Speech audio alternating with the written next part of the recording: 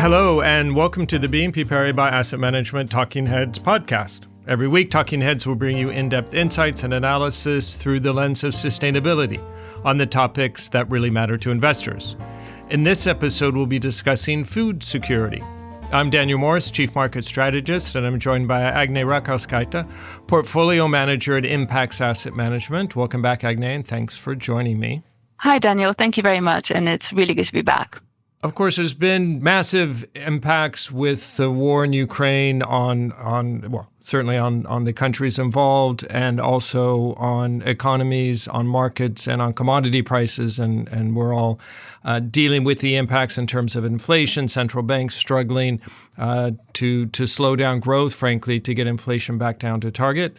It's increased focus on energy security, certainly in Europe, and emphasize even further the need for energy transition. So not only carbon neutral sources of energy, but domestic sources when at all possible. In all of this, perhaps we've lost sight of one of the other big impacts that we had at the beginning, which was the reduction in food exports, particularly from Ukraine, but also from Russia, and then the impact that had on agricultural prices. But as I'm sure you know, that's still very much a pertinent topic. Perhaps, and you could tell us why, besides energy security, food security has been in the news a lot lately, and why is that still so important? I agree. It's really topical at the moment. I see food security in the news almost every day. If you live in the UK, for example, you probably will have seen the recent headlines on shortages of fresh fruit and veg, where some supermarkets in the UK have even announced that they'll be putting limits in place on how many cucumbers and tomatoes you can buy, for example. And this is predominantly because growers in the UK have been forced to stop running their greenhouses because of high energy costs. But the broader topic of food security has also been rising in importance for a number of years. And the reason for that, as you say, is that we've had several different factors converge over the last couple of years, which have exacerbated the problem of food security. So starting with COVID, which highlighted certain fragilities of the food and ag supply chain. This was then followed by the war in Ukraine, which really disrupted the production and flow of ag commodities, not just the grains and oilseeds, but inputs like fertilizers and animal feed and fuel. And then on top of that, you've got increasingly extreme weather events, which have been also affecting crop yields. So then if we unpick each one of these in turn, with COVID, when COVID first emerged, many slaughterhouses and meat processing plants were forced to shut because they became COVID hotspots.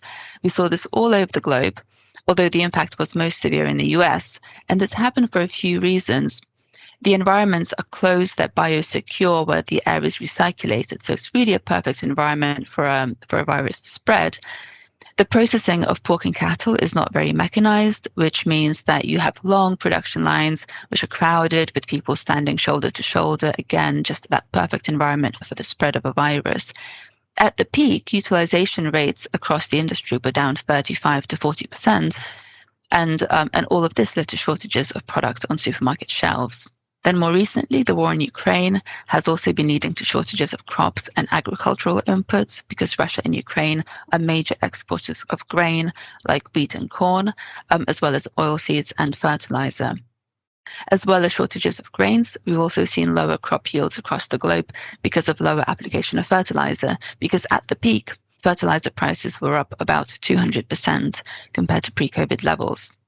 The impact of fertilizer price spikes is being felt to this day, actually. Last summer, when fertilizer prices were peaking, producers that could afford it were stockpiling, whereas those producers in lower income regions were actually forced to go without. According to Bloomberg, even though fertilizer prices are now down 50% versus last year's peak, farmers in Southeast Asia and Africa are still more exposed compared to those producers in North America, China, or India. The African Development Bank estimated that the drop in fertilizer use is going to lead to a 20% drop in food production in that region. And climate change, of course, is another major, almost existential, I would say, threat to agribusiness. Climatic shocks and extreme weather are double what they used to be 20 years ago. And this has all meant that in many geographies, the agricultural regions have either changed or shrunk altogether, ultimately leading to lower yields for farmers. So I think I'll just finish by saying that, yes, food security is an increasing concern. It's more in the news now, and it's being driven by more extreme weather, as well as supply chain disruptions brought about by COVID and the war in Ukraine. That's a pretty long and exhaustive list of things that are impacting food production, food security, clearly in a negative way. Then, of course, we have to think about what are some of the ways that we can address this. So of all the topics that you raise, what are some of the implications then for how we go about producing food? Well, first of all, let's take a step back and talk about what we mean by food security. And the World Bank has a really helpful definition for food security. It really highlights that it's not just about having sufficient access to food, but also ensuring that the food is both safe and nutritious. And I think this is really important to remember when we're having this conversation, because simply increasing production of food through conventional methods isn't necessarily the answer to food insecurity.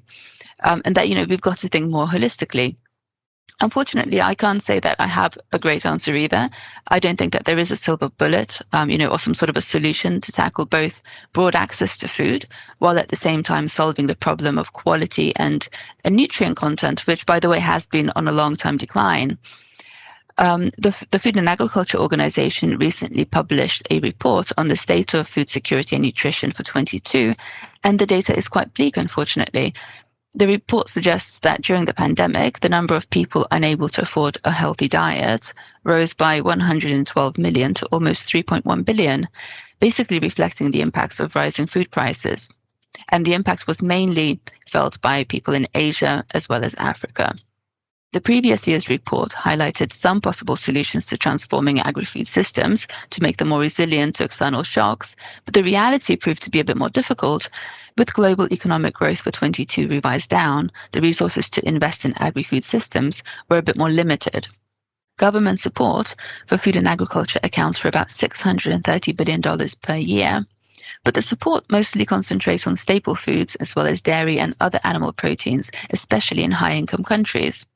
Rice, sugar, and meats are the most incentivized worldwide, whereas fruits and vegetables are a lot less supported. And in some countries, they're even penalized. A pretty long list of challenges. What are some of the responses that you expect either from governments or individuals or companies? And what do we think or what do you expect can happen now? Well, food security is of a particular concern to countries which are heavily dependent on imports for both their food as well as agri-inputs such as fertilizer and feed. And so the response that we've seen from governments so far is rising food protectionism, and I expect that will continue and possibly even increase in the future. In the weeks following Russia's invasion of Ukraine in February of last year, several countries introduced export restrictions on various feed and food products. At the peak, in May, almost 17% of global food and feed exports were affected by these measures. For example, back in April, we saw Indonesia ban exports of palm oil in order to increase supplies domestically and to protect domestic consumers from inflation. Indonesia represents about 50% of global demand for palm oil, so the impact was quite significant. India then followed suit and restricted exports of sugar and wheat. And although these measures are short-term in nature, they can have quite long-lasting impacts on buying behavior. As well as protectionism, we're also seeing trends towards nearshoring and reshoring. And now that may work well for some wealthier countries. It's not going to work, for example, for the majority of people in Africa. They don't have the climate or the resources for large-scale domestic production. There have been some small-scale examples, however. Some countries in the Middle East have begun investing in technologies like precision fermentation to become less dependent on imports. Another example is Singapore, who has begun to invest in cultured meat. In 2020, Singapore became the first country in the world to authorize the sale of lab-grown meat. Lab-grown meat, otherwise known as cell-based meat, is grown in a bioreactor and is produced from actual animal cells. The benefits are that it doesn't require animals to be killed, it's less environmentally damaging, and doesn't require the use of antibiotics, and it also is able to offer better food security. So for a country like Singapore, a small nation that imports about 90% of its food, investments in agri-tech are key to ensuring food security. So in sum, after the major disruptions that we've seen to agri-food systems, governments have responded by introducing export restrictions on staple food commodities to protect their domestic consumers. But other responses that we've seen is governments investing in technologies to become less dependent on imports. You mentioned agri-tech, and I think in general, when ultimately we're looking at this from the point of view of an investor, at the same time that we have the challenges, that's what's going to be creating the opportunities. So where do you see the opportunities for investors as companies try to come up with solutions to the problems that you listed? Well, unfortunately, there's no easy solution to solving global food insecurity. But although there may not be a single silver bullet, the good news is that there are lots of different solutions along all parts of the food and ag value chain to help address this really important issue. There are a few interesting technology opportunities, but their overall impact can be quite limited. Take, for example, vertical farming. Vertical farming is a fairly novel solution. It's very promising for certain categories of small crop, for example, herbs and leafy greens. But for large-scale farming, like grains, there isn't really as much promise when you consider the economics. To really achieve impact on a larger scale, it's often best to look for simpler solutions. And one area where we can have significant impact is on supply chains and logistics. For example, grain handling equipment and cold chain storage, as well as precision agriculture technology, which can help farmers with decisions like when to irrigate, when to harvest. It can also help them with flood detection. It essentially helps to lower spoilage of crops on farms. By reducing these losses in the supply chain, we're ensuring that more food reaches the end consumer. And that takes me to another really important point, which is food waste. This is a major challenge that should be addressed when we're thinking about solutions to food insecurity. About a third of all food that we produce is wasted. And this could be crops rotting on farms, it could be food that gets damaged during transportation, or food that is thrown away by supermarkets or by consumers. We're all consuming a lot more fresh food, a lot more food on the go, and those types of food are more perishable and tend to have a shorter shelf life, which leads to higher wastage rates. But the good news is that there are plenty of opportunities to reduce food waste across the whole chain, as well as logistics. There are solutions in natural food ingredients, which help to extend shelf life of highly perishable foods. We're actually about to publish an article on this very topic, which will be accessible on the BNP Viewpoint website soon. And then finally, as I mentioned earlier, food security isn't just about improving the access and affordability of foods. Nutritional content is also a really important piece. And here it gets a bit more tricky because producing better quality, more sustainable food is more expensive, and farmers need to be incentivized to ensure that farming practices become more sustainable. And that means that prices for food would need to go up. And it's very easy for us to sit here and talk about paying more for more sustainable food when we can afford it. But the challenge is ensuring that we're able to produce more nutritious food at scale. And for that transition to really accelerate, I believe we'll need to see some government incentives. And the question now is, can governments keep sustainability on the agenda when their priority is to make sure that the poor populations are able to afford staple foods? I think I'll just finish by saying that the solutions to food insecurity are not at all straightforward. There are some really interesting novel solutions, but to really achieve impact, it's best to focus on some better established solutions like logistics. Thank you very much, Agne. If I can summarize some of the key points, you highlighted number one, just how topical this issue is in the papers recently because of high energy costs limiting the production of fruit and veg, which is something we all see when we go into the shops. But just over the last couple of years, we've had COVID, of course, the war in Ukraine, and more broadly, climate change, all impacting the production and the cost of food.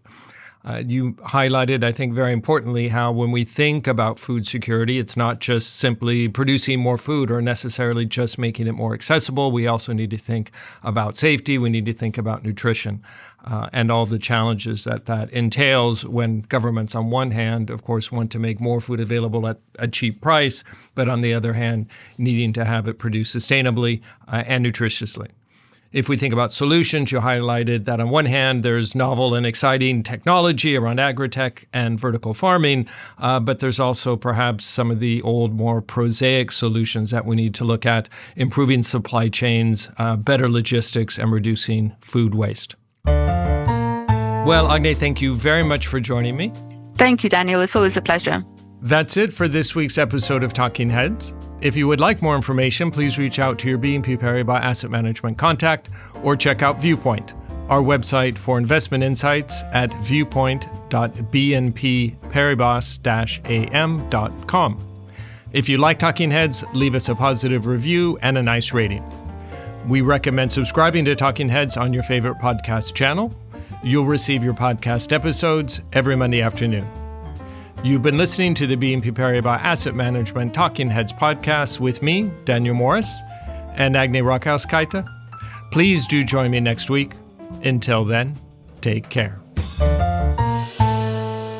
This podcast presentation includes a discussion on current market events and is not intended as investment advice or an offer of products or services by BNP Paribas Asset Management. Please keep in mind that the information and analysis in this presentation is only current as of the publication date.